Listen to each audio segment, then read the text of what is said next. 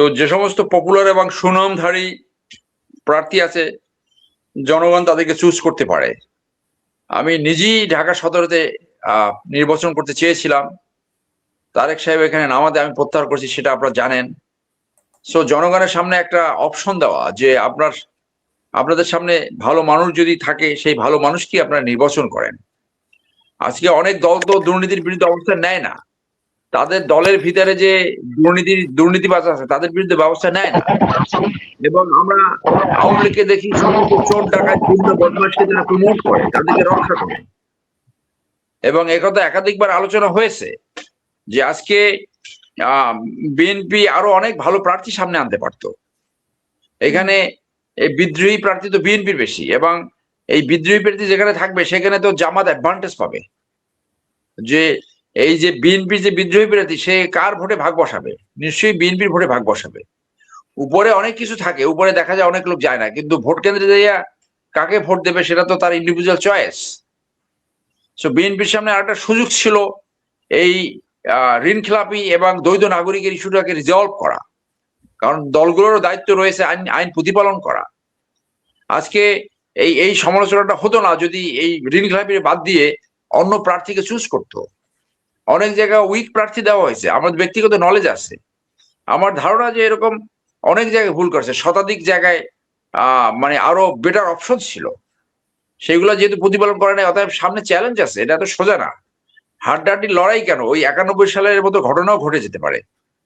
কারণ মানুষ যদি এটা বিশ্বাস করে যে চাঁদাবাজ, দুর্নীতিবাজ এবং লুটেরাদেরকে এদেরকে নিয়ন্ত্রণ করতে পারে একমাত্র জামাত, তখন কিন্তু ভোটের রেজাল্ট আলাদা হয়ে যাবে।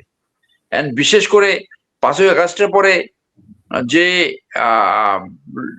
লুটপাট হয়েছে, যে চাঁদাবাজি হয়েছে, এর বেশিরভাগ দায়ভাগ আসছে বিএনপির উপরে। কারণ একটা জরিপে তো বলছে 92% এটার সাথে বিএনপি জড়িত। সো এই জিনিসটা কিন্তু বড় ধরনের খেসারত দেওয়া লাগতে পারে বিএনপির এই ভুলগুলোর। এই যে নিয়ন্ত্রণহীনতা, এটা কিন্তু বড় ধরনের একটা বিপদের কারণ হইতে পারে। সো বড় ধরনের চ্যালেঞ্জ আছে। আমরা একটাই আশা করব, একদম সুষ্ঠু এবং গ্রহণযোগ্য নির্বাচন, যাতে মানুষ তার ইচ্ছা মতন যাকে খুশি তাকে ভোট দিতে পারে। তার তার তার বিবেচনায় সে যাকে ভালো ক্যান্ডিডেট মনে করে সেই ভোট দিতে পারে।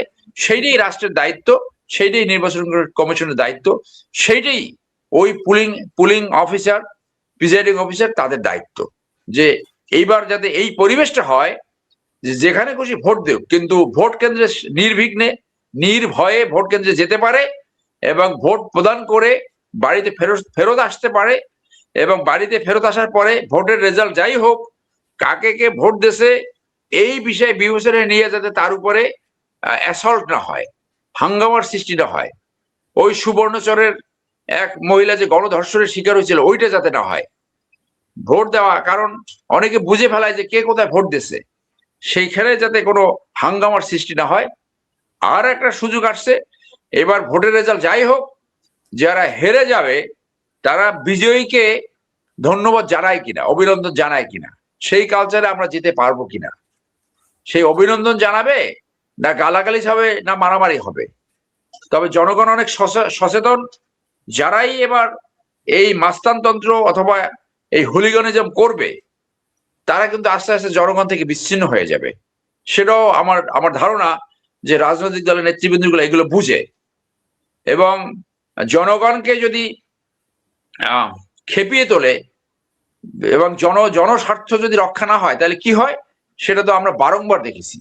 আমরা 75-এ দেখেছি, 90-তে দেখেছি, 2006-এ দেখছি, 2024-এ দেখছি। সো এই একই রেজাল্ট যাতে বাংলাদেশে না হয়, সেই জন্যই রাজনৈতিক দলগুলোর দায়িত্ব হলো জনগণের আকাঙ্ক্ষা মাথায় রেখে ন্যায্যতাভিত্তিক সমাজ প্রতিষ্ঠা, যেখানে কোনো চাঁদাবাজ থাকবে না, দুর্নীতিবাজ থাকবে না, ঘুষতন্ত্র থাকবে না। আপনি চিন্তা করে দেখেন, একটা রাজধানী শহরে ফুটপাত সব দখল হয়ে গেছে এবং এই ফুটপাত গুলায় ব্যবসা করে রাজনৈতিক মাস্তানরা। তো এইটা যদি দলের টপ নেতারা না জানায় তাহলে টপ নেতা হয় কেন সে? আপনি গুলশান বনানী মতো জায়গায় কোনো ফুটপাত পাবেন না, আপনি ফুটপাতে হাঁটতে পারবেন না। মানে কোথায় রাষ্ট্র চলে গেছে? বাস ড্রাইভাররা তো কোনো আইনই মানে না। তো আপনি আপনার তৃণমূল নেতাকে নিয়ন্ত্রণই করতে পারেন না, ফুটপাত বিক্রি করে, আপনি সুশাসন এই বিচার কি করে আনবেন? এই কোশ্চেন তো যে কেউ করতে পারে। তো রাজনৈতিক দলগুলোকে সেগুলোকে অ্যাড্রেস করতে হবে। ওই নিরাপত্তা বলায় না ঢুকে মাঝে মধ্যে দুই একজন গার্ড নিয়ে এই গাড়িতে টিল্টেড গ্লাস কাঁচের ঘেরা গাড়িতে শহর দেখা দরকার, যে এই শহরে কি হয়, ফুটপাত আছে কিনা। আই এম শিওর, আমি কেউ খলিফা হারুনুর রশিদ হোক সেটা চাই না, অন্তত বাস্তবতা যাতে বুঝে যে ঢাকা শহরে কোনো ফুটপাত নাই, সব দখল হয়ে গেছে, কে করলো, সেইটার বিরুদ্ধে যদি একটা ব্যবস্থা নিতে পারে তাহলে বোঝা যাবে না সত্যিকারে সুশাসন ন্যায় তারা আনতে পারবে। সেইগুলোই মানুষ দেখবে, নির্বাচনের পরে যেই সরকার গঠন করুক সেইটা পারে কিনা, সেইটাই আমরা দেখব। ধন্যবাদ। জি, অসংখ্য